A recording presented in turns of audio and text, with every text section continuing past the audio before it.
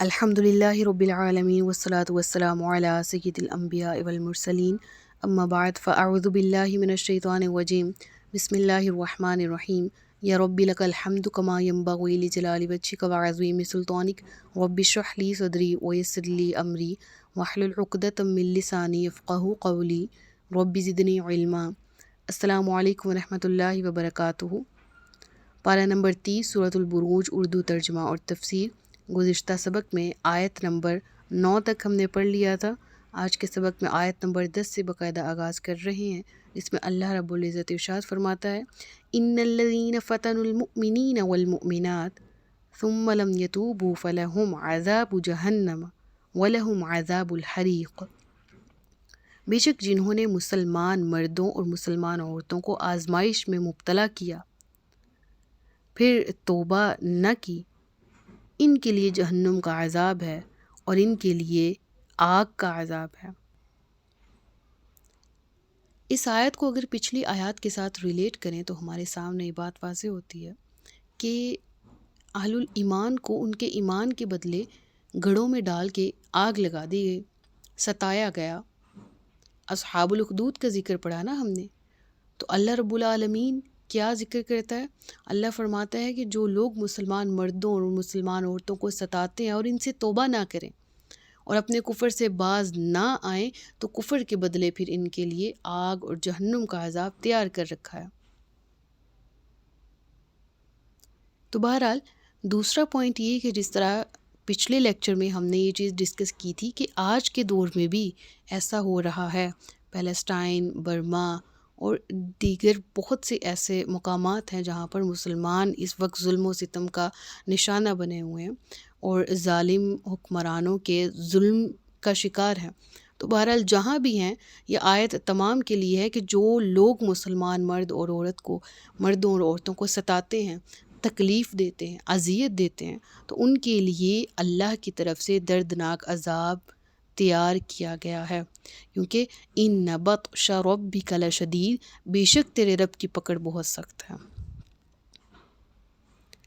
اللہ اکبر۔ ہر اس شخص کے لیے نصیحت ہے جو لوگوں پر ظلم کرے، کسی بھی طرح کا ہو، تو وہ یہ جان لے کہ اگر اللہ نے ابھی اس کی پکڑ نہیں فرمائی تو یہ نہ سمجھے الیعوذ باللہ کہ وہ اللہ کو عاجز کر سکتا ہے، جبکہ اللہ خود فرما رہا ہے کہ جب بھی اللہ نے اس کے ظلم کی وجہ سے اس کی گرفت فرمائی تو وہ بہت سخت ہوگی، اور یہ گرفت دنیا میں بھی ہو سکتی ہے اور آخرت میں بھی۔ حضرت ابو سعید خدری رضی اللہ تعالیٰ عنہ سے روایت ہے، نبی کریم صلی اللہ علیہ وآلہ وسلم نے ارشاد فرمایا، اے لوگو اللہ سے ڈرو، خدا کی قسم جو مومن دوسرے مومن پر ظلم کرے گا تو قیامت کے دن اللہ اس ظالم سے انتقام لے گا۔ حضرت انس رضی اللہ تعالیٰ عنہ سے روایت فرماتے ہیں، نبی کریم صلی اللہ علیہ وآلہ وسلم نے ارشاد فرمایا، جس نے کسی ظالم کی اس کے ظلم پر مدد کی تو وہ قیامت کے دن اس حال میں آئے گا کہ اس کی پیشانی پر لکھا ہوگا کہ یہ اللہ کی رحمت سے مایوس ہے، اور دوسری طرف جو مظلوم ہے اس کے لیے سرکار دو عالم صلی اللہ علیہ وآلہ وسلم نے ارشاد فرمایا، ظالم کو ایک طرح سے تنبیہ کی کہ دیکھو مظلوم کی بد دعا سے بچو، کیونکہ وہ اللہ سے اپنا حق مانگتا ہے اور اللہ تعالیٰ کسی حقدار کو اس کے حق سے منع نہیں کرتا۔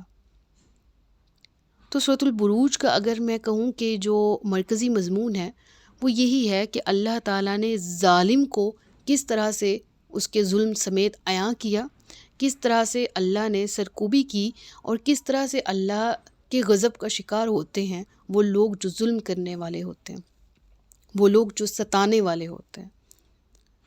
اللہ تعالیٰ ظالموں کو اپنے ظلم سے باز آنے کی توفیق دے اور ہر شخص کو ظالم کے ظلم اور اس کی شرارتوں کے، اس کے شر سے محفوظ رکھے، آمین۔ اور اللہ تعالیٰ ہمیں ظلم کرنے سے بچائے رکھے، اللہ تعالیٰ ہمیں ہمیشہ توبہ کرنے کی، اللہ کی مخلوق کا خیال رکھنے کی توفیق عطا فرماتا رہے، آمین۔ اللہ فرماتا ہے انہ ہوا یبدئ و یعید وہو الغفور الودود ذو العرش المجید فعال لما یرید، بے شک وہی پہلے پیدا کرتا ہے اور وہی دوبارہ پیدا کرے گا، اور وہی بخشنے والا ہے، نہایت محبت فرمانے والا، عرش کا مالک، بڑی عظمت والا، ہمیشہ جو چاہے کرنے والا ہے۔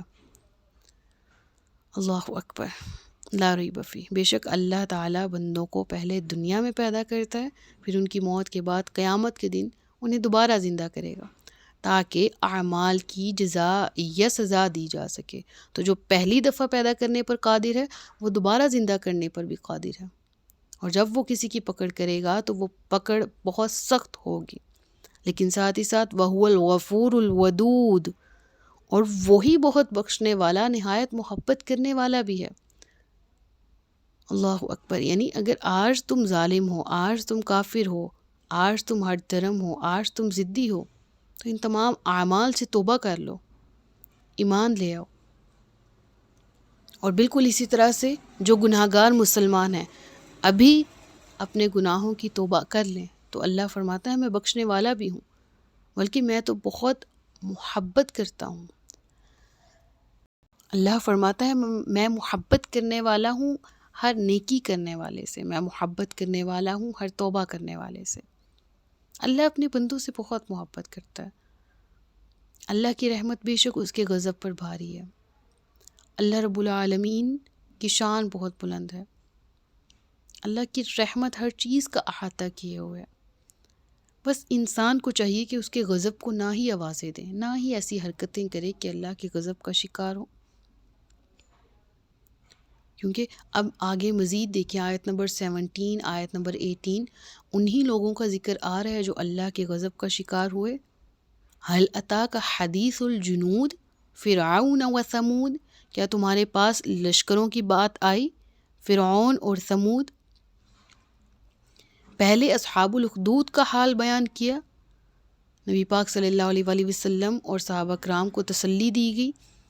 اب تسلی یہاں پر اگین وہ انٹروڈکشن والے لیکچر پہ چلے جائیں کہ جس میں نے بتایا تھا کہ اس سورہ کا نزول ہی تب ہوا جب مسلمانوں پر ظلم کے پہاڑ توڑے جانے لگے تھے۔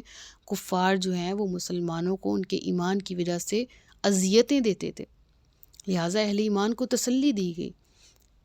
اس کے بعد اب جو یہ آیات ہیں ان میں بھی نبی پاک صلی اللہ علیہ وآلہ وسلم کے ہمراہ جو اہل ایمان ہیں ان کو مخاطب کر کے کیا ذکر ہوا، بے شک آپ کے پاس فرعون اور اس کی قوم اور سمود یعنی قوم سمود کے ان لشکروں کی خبر آئی جنہیں کافر لوگ انبیاء کرام کے مقابلے میں لائے تھے، اور آپ کو ان کے انجام کے بارے میں بھی معلوم ہے کہ وہ لشکر اپنے کفر کے سبب ہلاک کر دیے گئے تھے۔ لہٰذا آپ اپنی قوم کو اللہ کی سخت پکڑ کے بارے میں بتائیے اور انہیں سابقہ کفار کے حالات اور ان کا انجام سنا کر ڈرائیں کہ اگر تم اپنی حرکتوں سے باز نہ آئے تو تمہارا انجام بھی انہی جیسا ہی ہوگا۔ یعنی نبی پاک صلی اللہ علیہ وآلہ وسلم سے خطاب فرما کے رب العالمین نے ان آیات کا یعنی ڈائریکٹ خطاب پیارے آقا علیہ الصلوۃ والسلام سے اور اہل ایمان کو تسلی بھی دی کہ اللہ ان کے ساتھ ہے، اللہ نے ان کو اکیلا نہیں چھوڑا۔ بل الذین کفروا فی تکذیب واللہ من ورائہم محیط، بلکہ کافر جھٹلانے میں لگے ہوئے ہیں اور اللہ ان کے پیچھے سے انہیں گھیرے ہوئے ہے۔ یعنی اے نبی صلی اللہ علیہ وآلہ وسلم، کفار کا جرم صرف یہ نہیں ہے کہ انہوں نے سابقہ امتوں کے کفار کے حالات سن کر نصیحت حاصل نہ کی، بلکہ ساتھ ساتھ وہ یہ بھی جرم کرتے ہیں کہ وہ آپ کو اور قرآن پاک کو بھی جھٹلانے میں لگے ہوئے ہیں۔ یعنی ایک تو سن کے نصیحت نہیں حاصل کرتے، دوسرا جھٹلاتے بھی ہیں۔ اسی طرح پہلی امتوں نے بھی اپنے رسولوں اور ان پر نازل ہونے والی کتابوں کو، کلام کو جھٹلایا، تو پھر کیا ہوا؟ اللہ رب العالمین سے تو کچھ بھی ڈھکا چھپا نہیں ہے، اللہ تو ان کافروں کو بھی جانتا ہے، ان کو بھی جانتا ہے، ان کا کوئی عمل اللہ سے چھپا نہیں، اور اللہ اس بات پر قادر ہے کہ ان کفار پر بھی ویسا ہی عذاب نازل کر دے جیسا ان سے پہلے کیا گیا تھا۔ اور پھر اس سورہ کے آخر میں رب العالمین ارشاد فرماتا ہے بل ہوا قرآن مجید، بلکہ وہ بہت بزرگی والا قرآن ہے، فی لوح محفوظ، لوح محفوظ میں۔ یعنی کفار جو جھٹلاتے ہیں آپ کو اور آپ پر نازل ہونے والے کلام کو، اور ان کا جو گمان ہے کہ علیہ عزب باللہ یہ قرآن اشعار ہیں یا کہانت ہے یا علیہ عزب باللہ آپ کا اپنا بنایا ہوا کلام ہے، وہی نہیں ہے، ایسا ہرگز نہیں ہے، بلکہ یہ قرآن تو بہت بزرگی والا قرآن ہے اور اس کا مرتبہ اللہ کی نازل کردہ تمام کتابوں سے بڑا ہے، اور یہ قرآن لوح محفوظ میں لکھا ہوا ہے۔ اللہ اکبر۔ اللہ ہمیں قرآن کی عزت کرنے کی، تعظیم کرنے کی، قرآن کو سیکھنے، سمجھنے کی، پڑھنے کی توفیق عطا فرمائے، آمین۔ یہاں پر ہماری سورہ مکمل ہوئی۔ صدق اللہ العلی العظیم و صدق رسولہ النبی الکریم۔ سچ فرمایا اللہ نے جو عصمت والا ہے۔ انشاءاللہ نیکسٹ سبق میں سورۃ الطارق کے ساتھ آپ کی خدمت میں حاضر ہوں گی۔ اپنا بہت سا خیال رکھیے گا، مجھے دعاؤں میں یاد رکھیے گا۔ تاجدار ختم نبوت زندہ باد، پاکستان پائندہ باد۔ السلام علیکم ورحمۃ اللہ وبرکاتہ۔